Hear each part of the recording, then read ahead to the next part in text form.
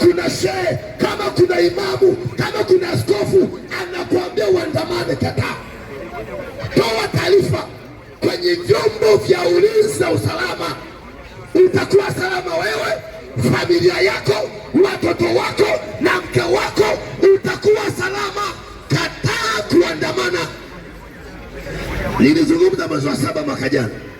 Ndugu zanguni, tusikubali kuandamana. Tofauti na hapo, hakuna mtu ambaye atapanda daladala wala mwendokasi.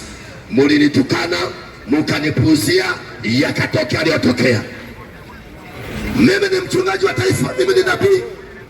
Mimi ni nabii kwenye nchi. Mimi ni mchungaji wa taifa. Amini ninachokwambia. Maandamano yasione kibali hayana afya kwako. Hebu tuangalie. Wanatuambia tuandamane. Yuko wapi Mange Kimambi? Yuko Marekani? Yuko wapi Leto Dangwa? Yuko Japan?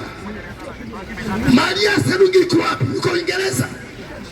Wengine wapo Nairobi, Kenya. Alafu wewe na mimi ndio tuanze kuandamana. Why? Kama wana mapenzi ya kweli, kama hakuna watu nyuma yao, kwa nini wasiwepo Tanzania kuongoza maandamano?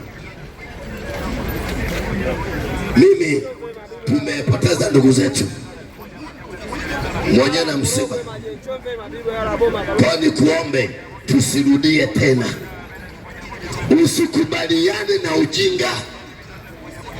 Unaweza kukimbia wewe, lakini vipi watoto wetu? Lakini vipi baba zetu? Lakini vipi mama zetu? Lakini vipi wake zetu? Lakini vipi mme wako? Why? Why? Mwanadamu Mtanzania, kataa roho ya maandamano. Jambo lenye Mungu lina majira yake. Maandiko yanasema kwamba usiandamane na watu waovu kufanya uovu, na mwenye busara huyaona mabaya yanamwijia akajificha, bali mtu mbaya. Naomba niendelee kukupa taarifa. Wako watu ambao wametangaza maandamano kwamba tarehe 7 mwezi wa 7 waandamane. Naomba nikuombe Mtanzania, usikubali kuandamana. Tunakumbuka na wakumbusha tena Oktoba 29 yaliyotupata hapa stendi. Haikuwepo nzi, haikuwepo mbu, palikuwa hakuna chochote. Naomba na kuomba sana Mtanzania mwenzangu, wako watu ambao wanafadhili watu ili watuhamasishe sisi kwamba tukaandamane. Ninakuomba Mtanzania mwenzangu, usikubali kuandamana. Maandamano yasiyo na kibali, utawala, mamlaka inatuambia ni jinai. Na tumesikiza pia vyombo vya ulinzi na usalama vimetangaza hakuna baraka ya maandamano hayo. Mimi ni kuombe Mtanzania mwenzangu, usiandamane. Narudia tena, kuna baadhi ya viongozi wa dini walisimama mstari wa mbele kutulazimisha kuandamana. Walisimama wakahamasisha, hususani makanisa Kipentekoste.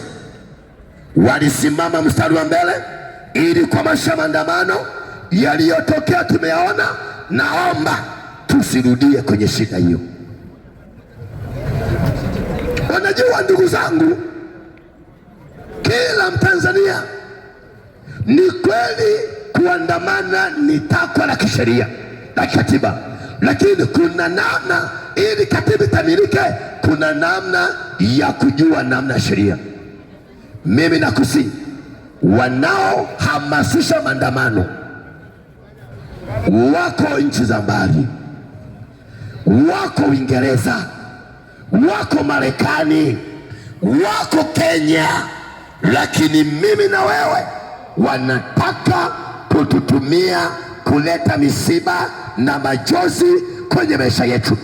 Maandiko yanasema mwenye hekima, mwenye busara huyaona mabaya yakimwijia akajificha, bali mtu mpumbavu huendelea mbele akaangamia.